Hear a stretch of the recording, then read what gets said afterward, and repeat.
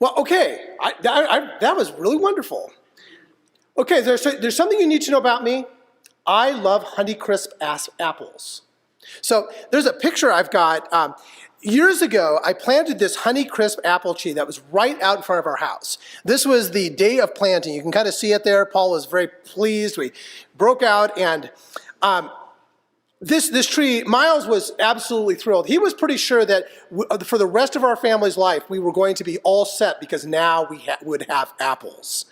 And there was a thing, I didn't stake the tree. There's a little bamboo stake there, but I didn't really stake it. And I figured it'd be fine. It would be fine.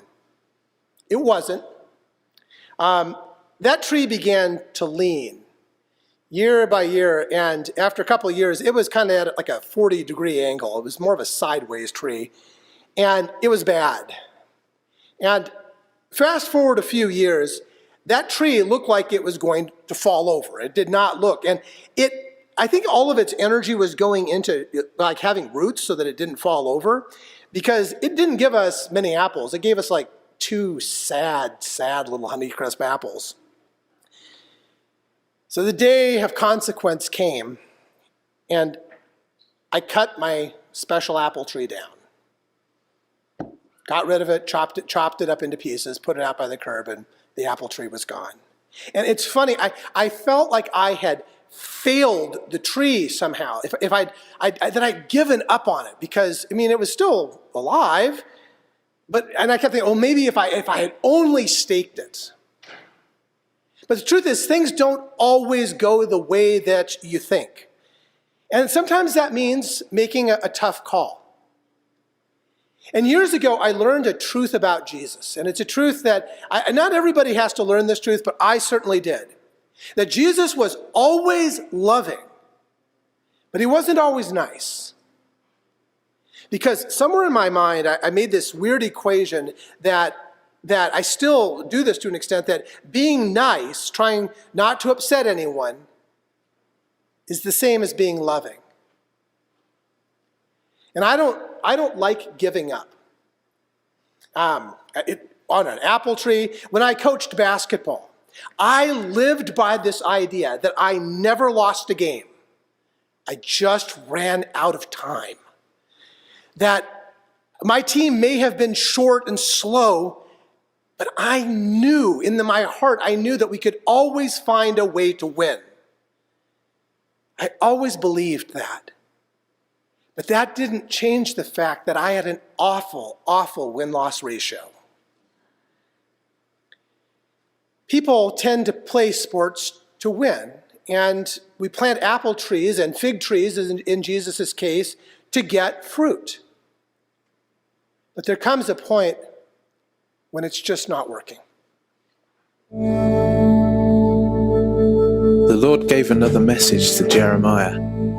He said, "Go down to the shop where clay pots and jars are made.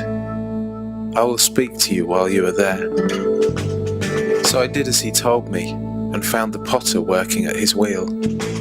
But the jar he was making did not turn out as he had hoped.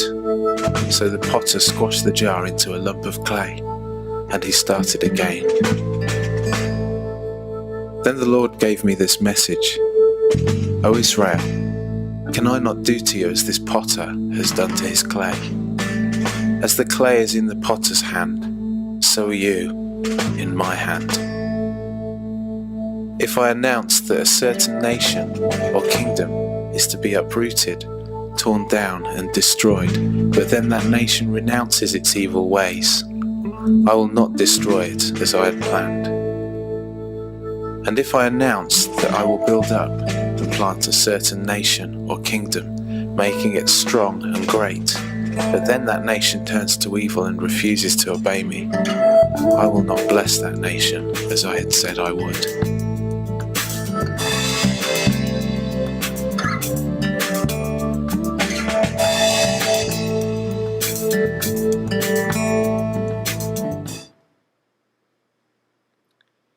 Today is a hard word from God, and it was given to a people, it was given to a nation which had failed to live up to its intended purpose.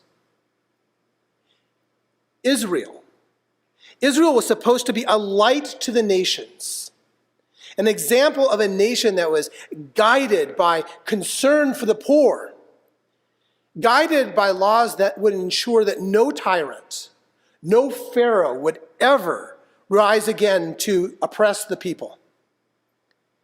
Israel was to be a nation guided and guarded by God. Not to conquer and dominate the world, not at all. It was a small nation. But it was there to demonstrate a better way of living. But it failed. For decades, prophets spoke and warned the king and the powers that be that God's intention for the nation wasn't working. This wasn't working.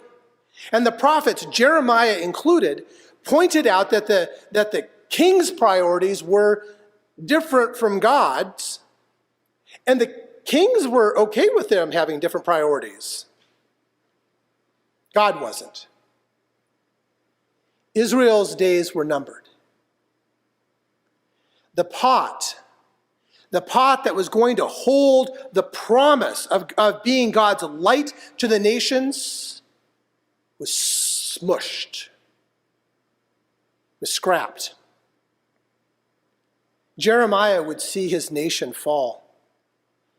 And just like with the apple tree, I would wonder, why would God allow that to happen to the people of Abraham? These are the people who again and again he had covenanted with to bless. Plus, it's just not nice to smush. It's not nice. Homes, the temple, the mighty walls around the city, they were all destroyed. Lives were torn apart and ended. And I've said this is a hard word from God. Each of us, every day that we are alive, we live in God's Spirit. But no one of us is guaranteed to have long life and prosperity. That is live long and prosper. That's a fond wish, but it's not a promise. And in the course of human events, there are times when all the plans of mice and men, they get smushed. It's happened before, and it will happen again. Now, Jeremiah perceived God telling him to go down to the potter's house to observe. The piece the potter was making was flawed while still in his hands, so the potter started on another as seemed best to him. This is good news. The clay wasn't thrown out. It wasn't consigned to the rubbish heap. God wasn't done with it. It was reworked. Different this time. You saw it in the video, though. It gets squished, though. The potter realized that it wasn't working out as intended. So she started again. It's not usually a pleasant process to begin again, to start over. It hurts. And maybe you're reflecting on this today from the point of view from a nation or a state like Jeremiah, or maybe for you, the message of starting together over again, it's personal. Whether it's a relationship that you've had, or a job, or a person in your life, or even a tree. Maybe it's a tree. Whatever that you're thinking of, that you invested your time and your energy and your resources into, you did it because you had a vision for what that was going to be, what that relationship was going to be, about what you intended. And then you realize it's just not working. That you could put more and more time and effort into it, but it's not going to bear the fruit that you once imagined. And God sometimes makes that tough call. And we who are created in God's image, sometimes we do too. But there are some lessons that God teaches about that. We live in a disposable culture.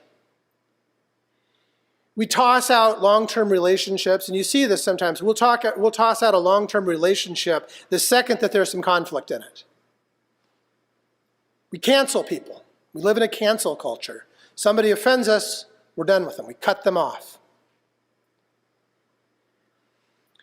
God, though, speaking through prophets, gave the nation decades of warning, encouraging them to repent, to turn back, to relook at their priorities.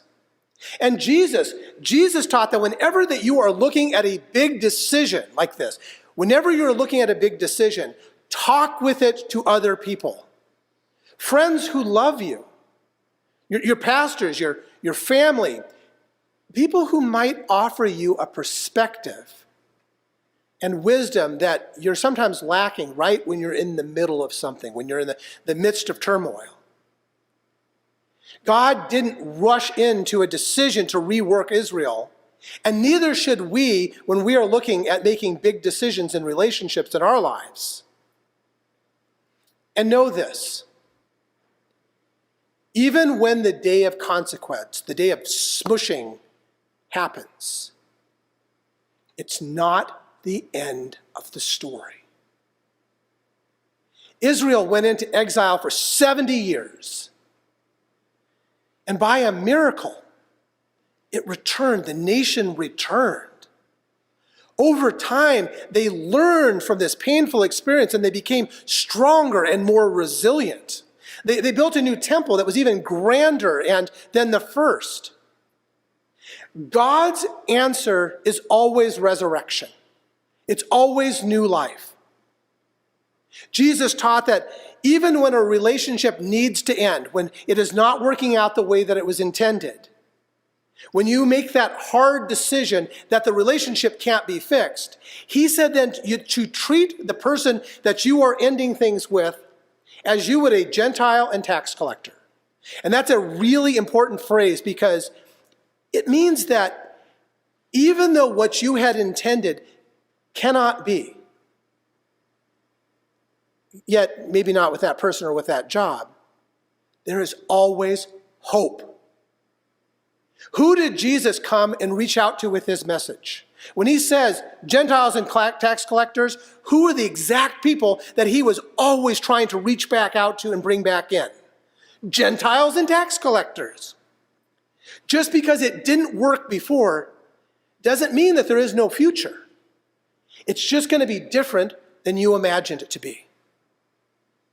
Now, after I cut down my honeycrisp tree, I did something. I planted a new one. Now, I learned a few things along the way about apple tree care, and experience can make us wiser for those second chances too. And here's a picture of that tree. I took this last night when I was out coming back from a walk. Do you see all those apples? That thing is loaded with apples. That tree will feed a ton of neighborhood kids, a lot of squirrels, and even us.